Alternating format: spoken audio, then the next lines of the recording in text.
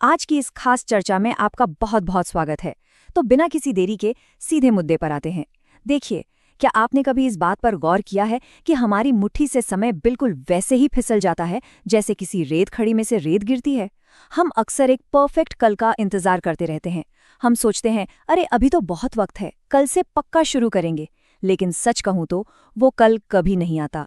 आज हम जिन स्रोतों का विश्लेषण कर रहे हैं वो हमारी इसी सोच पर बहुत ही गहरी चोट करते हैं। अब यहाँ एक बहुत ही सीधा लेकिन चुभने वाला सवाल उठता है। क्या हम वाकई समय की कद्र करते हैं, या फिर हमने बस ये मान लिया है कि कल तो आना ही है? ये मान लेना कि हमारे पास हमेशा बहुत सारा वक्त है, सच में एक बहुत खतरनाक भ्रम है। स्रोत सामग्री हमें साफ साफ बताती है कि ये सही समय का इंतजार करना ना सिर्फ एक मिथक है, एक धोखा है। ये भ्रम हमें उस पल से दूर ले जाता है जो असल में हमारे कंट्रोल में है, और वो है आज और बिल्कुल अभी। तो चलिए अपनी चर्चा के पहले हिस्से की तरफ बढ़ते हैं, काम टालने की भारी कीमत। हमारी स्रोत सामग्री इस बात को एक बहुत ही दिलचस्प और शिक्षाप्रद कहानी से समझाती है। कहानी कुछ यूं है कि एक राजा ने अपने एक बहुत ही गरीब और आलसी दोस्त को एक बड़ा ही सुनहरा मौका दिया। राजा ने कहा कि सूरज डूबने से पहले वो खजाने से जितना चाहे उतना सोना चांदी ले जा सकता है। अब जरा उस दोस्त के पूरे दिन पर गौर कीजिए। खजाने की तरफ तुरंत भागने के बजाय भाई साहब ने सोचा, अरे पहले पेट पूजा कर लेते हैं, बहुत भूख लगी है। खाना खा लिया, फिर स्वाभाविक है आलस आने लगा, तो सोचा चलो एक छोटी सी झपकी ले लेता हूँ। जब उठे तो बाहर धूप देखकर एक पेड़ की ठंडी छांव में आराम फरमाने लगे। और इसका नतीजा क्या हुआ? जब तक वो भागते हांफते महल के दरवाजे पर पहुंचे, सूरज डूब चुका था और दरवाजे हमेशा के लिए बंद हो चुके थे। बस कुछ पलों के आराम के चक्कर में उसने एक अनमोल खजाना हमेशा के लिए खो दिया। इस पूरी घटना से एक बहुत ही साफ और बड़ा संदेश मिलता है। समय सोने से भी कहीं ज्यादा कीमती है। अगर हम समय की इज्जत करेंगे तो समय हमारी इज्जत करेगा।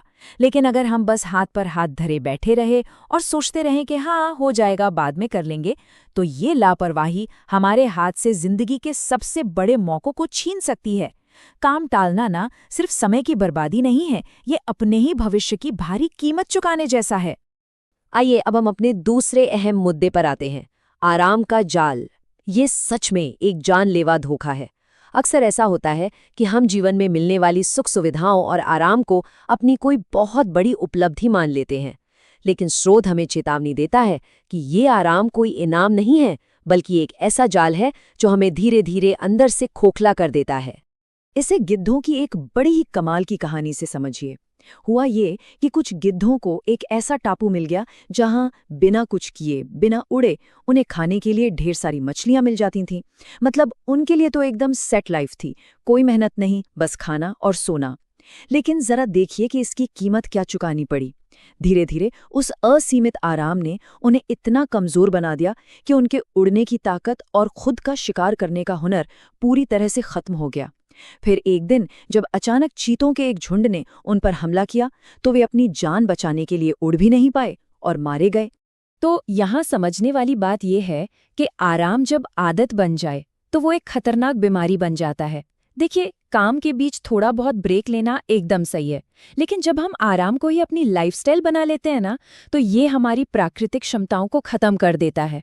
और फिर जब अचानक जिंदगी में कोई बड़ी मुश्किल आती है तो हम खुद को बिल्कुल बेबस और असहाय महसूस करते हैं।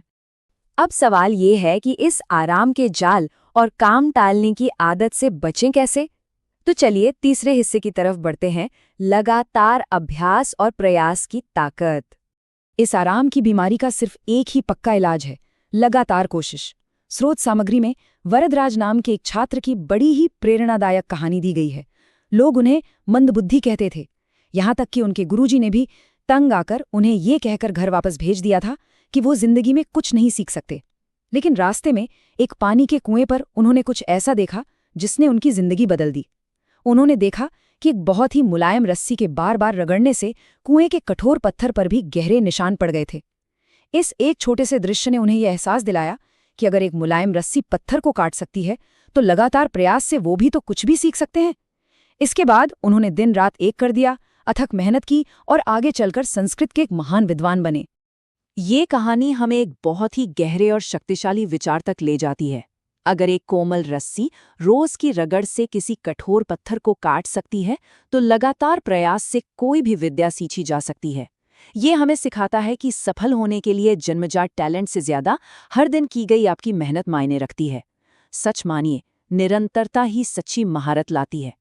अब देखिए, ये तो पक्का है कि जब आप लगातार कोई कोशिश करेंगे तो मुश्किलें भी आएंगी और लोग कड़ी आलोचना भी करेंगे। यहीं से हम अपने चौथे भाग में आते हैं, आलोचना को अपनी सीढ़ी बनाना। जब लोग या हालात आपको नीचे गिराने की कोशिश करें तो क्या करना चाहिए? इसके लिए स्रोत में एक गधे की बहुत ही गजब कहानी है, जिसे जिंदा दफनाया जा रहा था।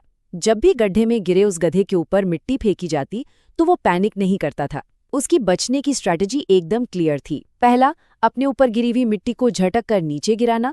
दूसरा, उस मिट्टी के ऊपर कदम रखना। और तीसरा, ऐसा करके थोड़ा और ऊपर उठ जाना। हर बार जब मिट्टी फेंकी गई वो बस यही करता रहा और आखिरकार वो उस गहरे गड्ढे से बाहर आ गया। तो यहाँ से जो सबसे बड़ी बात निकल कर आती है वो ये है कि विफलता और आलोचना की इस मिट्टी को सफलता की सीढ़ी में बदल दीजिए।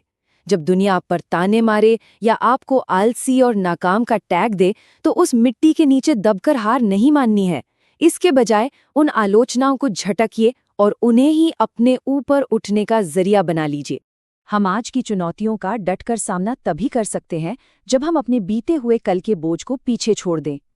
चलिए अपनी चर्चा के 5वें और आखिरी हिस्से को देखते हैं, अतीत का बोझ छोड़ना और पछतावे से आज़ादी। जरा एक पल के लिए सोचिए, एक ऐसी चिड़िया है जो अपने अतीत के भारी पत्थरों के बोझ तले दबी हुई है। क्या वो वर्तमान की बाढ़ में कभी बच पाएगी? बिल्कुल नहीं। अगर हम भी अपने पुरानी गलतियों या उस काश मैंने वो कर लिया होता वाले पछतावे को ढोते रहेंगे, तो आज जब कोई मुश्किल आएगी हम उड़ ही नहीं पाएंगे। स्रोत सामग्री हमसे साफ साफ कहती है कि पुराने पछतावे आज ही छोड़ दें, काम टालने की आदत को अभी खत्म करें और अपना बोझ हमेशा हल्का रखें। और बस यही सब बातें हमें एक आखिरी और सबसे अहम सवाल पर लाकर खड़ा कर देती हैं। क्या हम बस यूं ही खड़े होकर समय की इस कीमती रेत को अपनी उंगलियों से फिसलने देंगे, या फिर आज ही इस रेत से कुछ ठोस और अर्थपूर्ण बनाएंगे? समय का हर एक कण जो आपके पास बचा है वो एक मौका है। अब ये पूरी तरह हम पर है कि हम उस मौके को कल पर टालकर गवा देते हैं या आज ही कोई कदम उठाकर अपना कल बेहतर बनाते हैं। तो क्या हम आज और अभी से शुरुआत करने के लिए तैयार हैं? क्योंकि याद रखिए, समय किसी का इंतजार नहीं करता। वीडियो बढ़िया लगी हो थोड़ी सी भी तो चैनल को सब्सक्राइब कीजिए और बेल आइकन को प्रेस कीजिए। Thank you.